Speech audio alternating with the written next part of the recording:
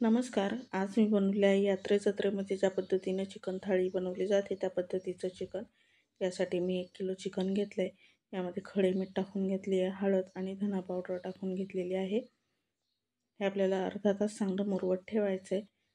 एका पॅनमध्ये मी तेल घेतलं आहे. तेलामध्ये 2 मीडियम साईजचे कांदे बारीक चिरून घेतलेले आहेत.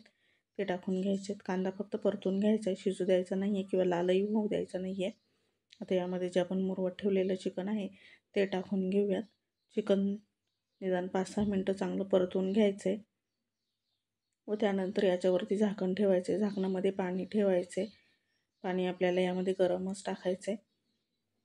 5 मिनटं झाकण ठेवल्यानंतर तुम्ही पाहू शकता चिकनला स्वतःचं असं पाणी सुटलेलं आहे. व आता यामध्ये आपण जे ताटामध्ये ठेवलेलं पाणी होतं ते सुद्धा टाकून घेऊयात. चिकन शिजताना चिकन बुडेल इतपत पाणी त्यामध्ये टाकायचं आहे व अर्धा तास चिकन शिजू द्यायचे. पाहू शकता आपलं आळणी चिकन तयार झालेलं आहे. हे चिकनचं जो सूप तयार होतं हे खूपच चविष्ट आणि छान लागतं.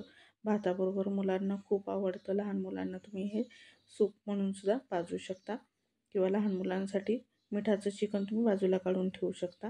आता मसाल्याची तयारी करूयात. त्यासाठी या ठिकाणी मी 4 कांदे गॅसवरती भाजून घेतलेत व आता तव्यामध्ये थोडंसं तेल टाकून ओलं खोबरं घेतलेलं आहे. ते सुद्धा आपण तांबूस रंग येईपर्यंत भाजून घेतलं आहे. आता सुकं खोबरं घेतलेलं आहे थोडंसं, ते सुद्धा आपण चांगलं लालसर होईपर्यंत भाजून घ्यायचं आहे. आता यामध्येच आपण जे कांदे भाजून घेतलेले आहेत ते सुद्धा चांगले भाजून घ्यायचे आहेत. अशा पद्धतीचं चिकन तुम्ही येसूर टाकून जर बनवलं तर एकदम चविष्ट असा याचा रस्सा तयार होतो. चवीला अप्रतिम असा लागतो.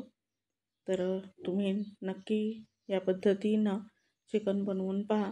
आता जे वाटण आपल्याला घ्यायचं आहे त्याच्यामध्ये आपण जे भाजलेले जिन्नस आहेत ते घेतलेत. त्याबरोबर कोथिंबीर, आलं आणि लसूण घेतलेलं आहे. पाणी टाकून हे वाटून घ्यायचं आहे. आता चिकन सुकं बनवायचं आहे त्यासाठी आपण पॅनमध्ये थोडंसं तेल घेऊन एक कांदा टाकलेला आहे बारीक चिरलेला व जो आपण वाटलेला मसाला होता तो यामध्ये टाकून घेतला आहे. आता जे सुके मसाले टाकलेत त्यामध्ये आपण चिकन मसाला टाकला आहे, काश्मीरी लाल तिखट घेतलेला आहे, मालवणी मसाला घेतलेला आहे, संडे मसाला घेतलेला आहे, धना पावडर व हळद घेतलेली आहे. मसाले तुमच्या आवडीनुसार तुम्ही कमी जास्त करू शकता. तुम्हाला तिखट कितपत हवं आहे त्या प्रमाणात तुम्ही मसाले घ्यायचे आहेत.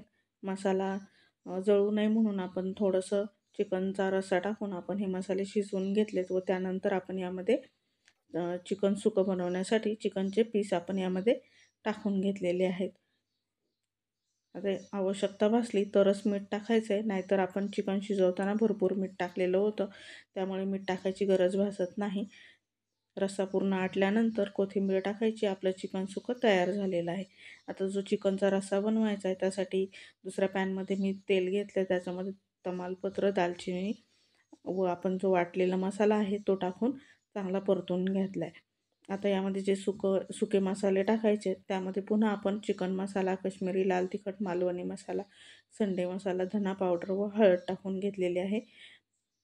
मसाले तुमच्या आवडीनुसार तुम्ही कमी जास्त घ्यायचे आहेत.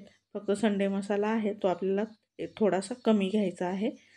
दोन्ही याच्यामध्ये आता आपण मसाले चांगले परतून झाल्यानंतर जे चिकन आहे ते आपण रस्स्यासह यामध्ये टाकलेलं आहे.